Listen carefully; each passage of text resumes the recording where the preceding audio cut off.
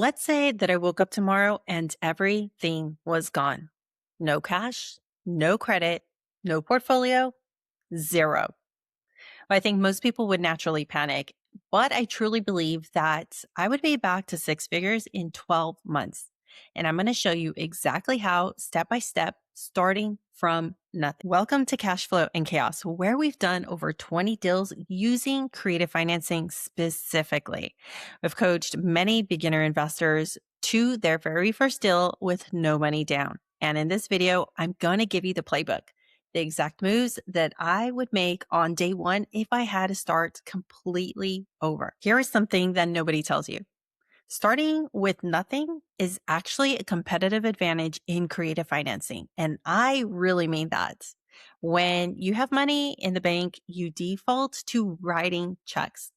You pay full retail, you compete with every other cash buyer in the market, you take the lazy path in a way.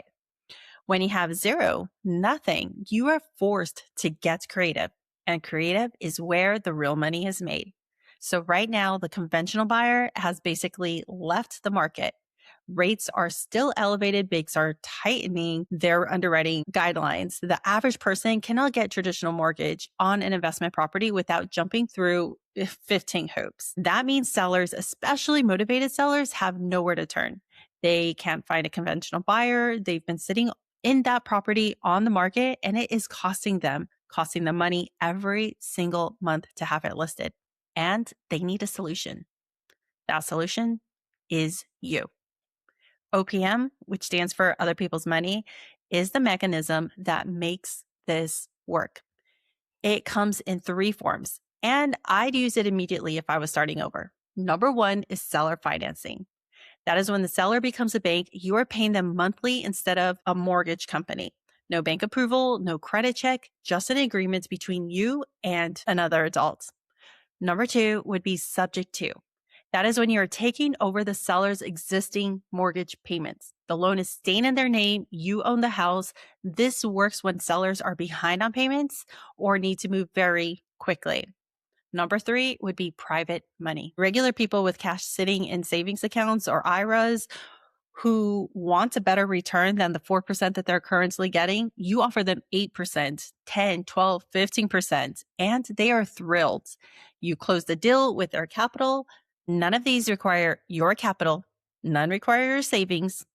They require relationships, communication, and the ability to solve the seller's problem. That is the mindset shift. You are not a buyer looking for a deal. You are a problem solver with the toolkit, and you are going to learn how to use it. So let me walk you through exactly how I would structure my very first deal if I was starting over today. And I'm going to use a real scenario. This is the type of deal that's available in virtually every market right now. Let's call the seller Maria. Maria inherited a house from her mother 6 months ago. She lives in another state. The house needs about $15,000 worth of cosmetic work. So nothing major, just some paint, maybe some light finishings. She hasn't made mortgage payments in 4 months. She doesn't want a headache. She just wants out. The house is worth $280,000 fixed up. There's $190,000 left on the mortgage. She owes about $6,000 in back payments. Here is how I'd approach this with zero capital of my own today. Step one, I would call Maria and I would not lead with an offer. I would ask questions and listen. What's going on with the property? What does she need to feel good about this? What is her timeline? I would let her tell me her problem before I try to solve it. What I find out is Maria doesn't care about maximizing the sale price. She wants the back payments caught up on. She wants to stop getting calls from the mortgage company, and she wants to walk away clean without owing anything else. Step two. Then I would structure a subject to offer. I'd take over her existing mortgage payments. I'll catch up the $6,000 in arrears using private money, which is someone else's money. And I'll show you how to do that a little later. She hands me the deed. I take over from there. Step three, I rehabbed the property using the same private money lender, a quick cosmetic flip for about $15,000, new paint, flooring, fixtures, very quick turnaround. Step 4, I rent it for $2,100 a month, covering the $1,200 mortgage payment and putting $900 per month in my pocket. Or I would resell it on seller financing to a retail buyer at $275,000 with $15,000 down and monthly payments going directly to me. So total out of pocket is zero. Maria got exactly what she needed. My private money lender got their 8%. I got an asset. That's OPM in action. It's not magic. It is a structure that works for everybody involved. Now, before I give you an action plan, I need to bust 3 myths that I hear pretty frequently that are absolutely killing brand new investors. And I hear these almost every single week. Mistake number 1 is I need to save up for the down payment first. Stop. Just stop.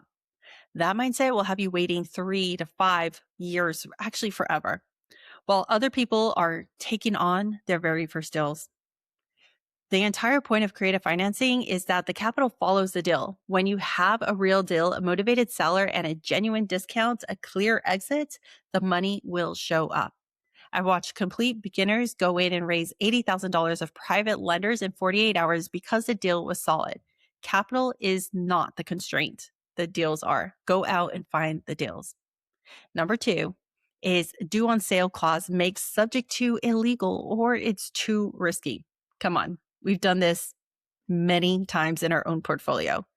I hear this constantly, and it tells me someone is scared and looking for a reason not to get started or trying to scare somebody else out, or they've done it with some shady dealers in the past. But here's the reality.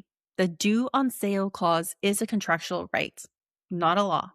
Banks have the option to call the loan and almost never do. Why would they? The loan is being paid off every month. Calling on a performing loan creates paperwork and a legal process that costs them more than it really gains them. This has been true for 40 years of subject to investing. Educate yourself first and do not let fear guide your decisions or you getting started. Mistake number 3 is I need to find a unicorn deal, deep discount, great location, perfect numbers. Everything needs to be absolutely lined up. And that is perfection paralysis. And that is so real. And really, it costs you. It's expensive.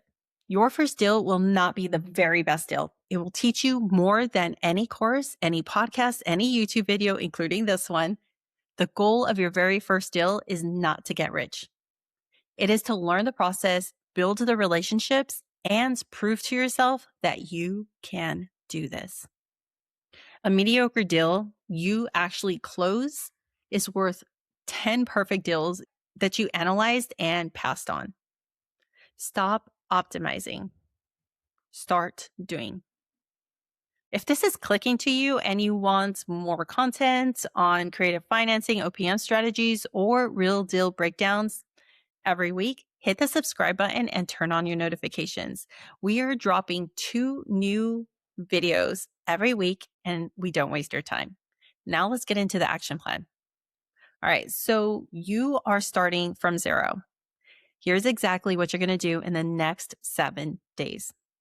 Step number 1, you're going to build your motivated seller list on days 1 and 2. You're going to there's many ways you can do this, but for free, you can go out to your county's public records and pull a list of properties with pre-foreclosure filings, tax liens, or probate status. These are sellers, that is their problem. You can also drive your target neighborhood and look for overgrown yards, mail piling up, deferred maintenance, just homes that look abandoned. That's another method, and that is called driving for dollars. If that's the route you choose to go down, note the addresses, and then later run them through a skip trace tool to find the contact information so you can reach out. That usually costs you hardly anything, like 10 to 12 cents per contact. Step number 2 is make your first 20 calls in days 2 and 3.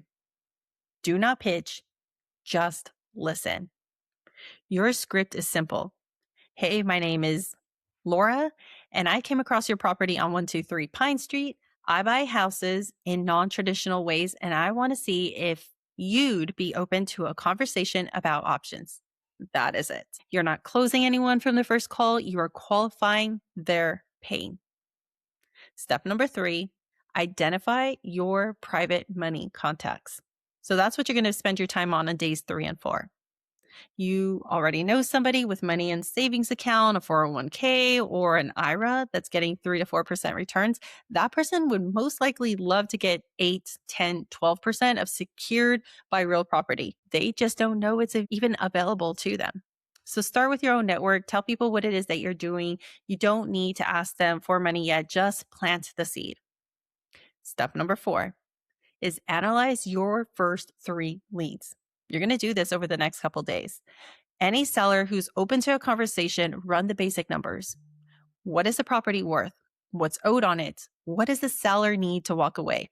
Is there a gap between the creative structure that solves their problem? You are looking for motivation and equity, not necessarily both, because subject to deals can work with 0 equity if the seller's pain point is high enough, or very well when there's equity in the stack there. Step number 5 is make your very first offer on day 7.